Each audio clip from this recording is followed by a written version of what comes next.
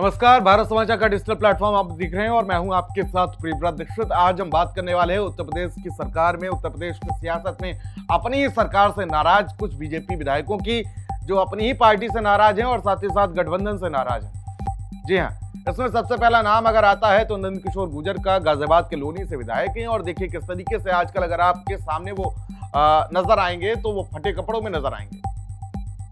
जिस तरीके से उन्होंने आरोप लगाया कि उनकी सरकार ने उनके साथ बहुत सौतेला व्यवहार किया है, उनकी पुलिस ने उनके साथ सौतेला व्यवहार किया है और लगातार उनको देखा गया है कि वो अपनी ही सरकार पर कहीं ना कहीं हमलावर रहते हैं। दूसरा नाम इसमें आता है योगेश वर्मा का। लखीमपुर खीरी से विधायक हैं योगेश वर्मा और लगातार अपनी ही सरकार पर हमलावर रहे। और एक बार उनका ये भी बयान भी सामने आया था, उनसे जब पूछा गया था, भारत समाचार के संवाददाता ने जब उनसे पूछा था कि आप विधानसभा क्यों नहीं आ रहे हैं, तो उन्होंने कहा कि जहां हमारी बात नहीं सुनी जा रही तो हम वहां क्यों आए। हालांकि उसके बाद मैनेजमेंट वाली चीजें भी सामने आई थी और उसके बाद वो अपने बयान से पलट गए थे, तो ये बात भी सामने आई थी। तीसरा नाम अगर देखा जाए तो इसमें आता है दूधराम का। जी हाँ, सुभाषपा से विधायक हैं, एनडीए में साथी हैं दूधराम, और उनका नाम भी इसमें सामने आता है। और वो भी अपनी सरकार पर भ्रष्टाचार के आरोप लगाते हुए नजर आए थे। उन्होंने कहा था कि पहले जो काम 500 में हो जाता था, अब वो 5000 रुपए देके भी नहीं होता। तो कहीं ना कहीं ये विधायक जो है वो बड़ी चुनौती बीजेपी के लिए बनते हुए नजर आ रहे हैं। चलिए सबसे पहले बात करते हैं नंदकिशोर गुर्जर की। यूपी के गाजियाबाद यानी कि पश्चिमी उत्तर प्रदेश में एक बड़ा नाम, हिंदुत्व के चेहरे पर चुनाव लड़ते हैं और साथ ही साथ अपनी सरकार के खिलाफ मोर्चा खोल देते हैं। और मोर्चा इतना तगड़ा होता है कि बीजेपी को उनको शो कॉज नोटिस जो है वो जारी करना पड़ता है।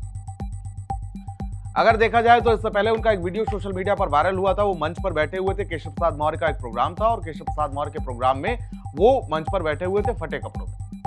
उनके साथ जिस तरीके से पुलिस ने व्यवहार किया, उन्होंने कहा कि अब मैं जब तक मुझको न्याय नहीं मिल जाता मैं इन्हीं कपड़ों में रहूंगा। आजकल भी वो फटे कपड़ों में ही पहुंच रहे हैं। अभी वो 2 दिन पहले ही शो कॉज नोटिस का जवाब देने के लिए लखनऊ पहुंचे, लखनऊ से सीधे अयोध्या पहुंच गए। अयोध्या में प्रभु श्री रामलला के दर्शन किए और वहां भी वो फटे कपड़ों में पहुंचे। नंदकिशोर गुर्जर की अगर बात की जाए तो एक कट्टर हिंदू नेता के तौर पर उनकी पहचान होती है। कोई भी अगर अनैतिक कार्य होता है उसके खिलाफ लगातार खड़े रहते हैं। गौहत्या को लेकर लगातार अपनी सरकार पर हमलावर रहते हैं नंदकिशोर गुर्जर। तमाम चीजें जो हैं वो देखने को मिली नंदकिशोर गुर्जर के कार्यकाल में।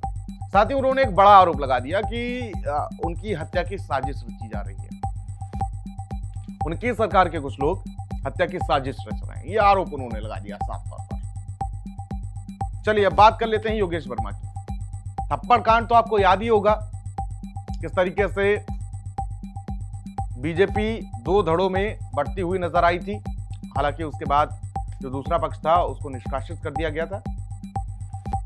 लेकिन योगेश वर्मा अपनी सरकार से कितने खफा थे आपने देखा होगा कि वो विधानसभा का सत्र चल रहा था, उसमें भी वो शामिल होने के लिए नहीं पहुंचे थे।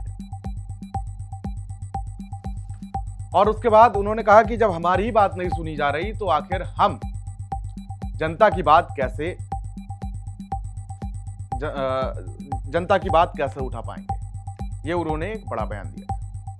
हालांकि उसके बाद दबाव पड़ा, जाहिर सी बात है जब ऐसे बयान आप देंगे तो पार्टी कहीं ना कहीं प्रेशर जो है वो तो डालती है।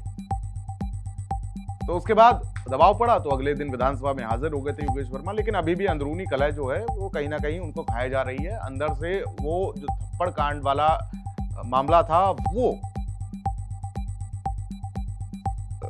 अंदर ही अंदर उनको कचोट रहा होगा। कई दिनों तक चक्कर लगाते रहे लेकिन उसके बावजूद भी कार्रवाई नहीं हुई, FIR नहीं दर्ज हुई।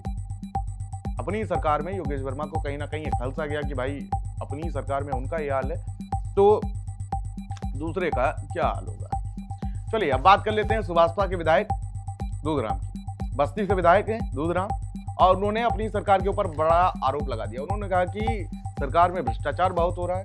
उन्होंने कहा कि जो काम पहले 500 में हो जाता था वो 5000 रुपए देके भी नहीं हो रहा। और इसी कड़ी में अगला नाम आता है श्याम सुंदर का, जो हरदोई से विधायक है। हरदोई से विधायक होने के साथ साथ अभी कुछ दिन पहले आपने देखा होगा किस तरीके से मंच पर केशव प्रसाद मौर्य मौजूद थे।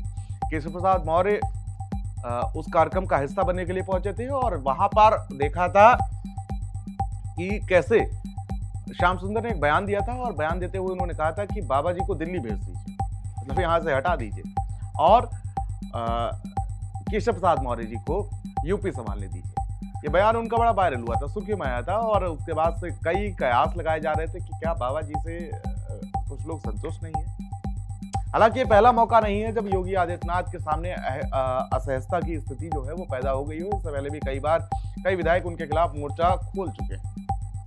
हालांकि अब 27 का आने वाले समय में विधानसभा चुनाव है और ऐसे में ये विधायक किस तरीके से चुनौती बनेंगे सरकार के लिए, योगी आदित्यनाथ के लिए, वो देखने वाली बात होगी। आपको क्या लगता है हमको कमेंट बॉक्स में जरूर बताइए। तब तक के लिए मुझे दीजिए इजाजत। नमस्कार।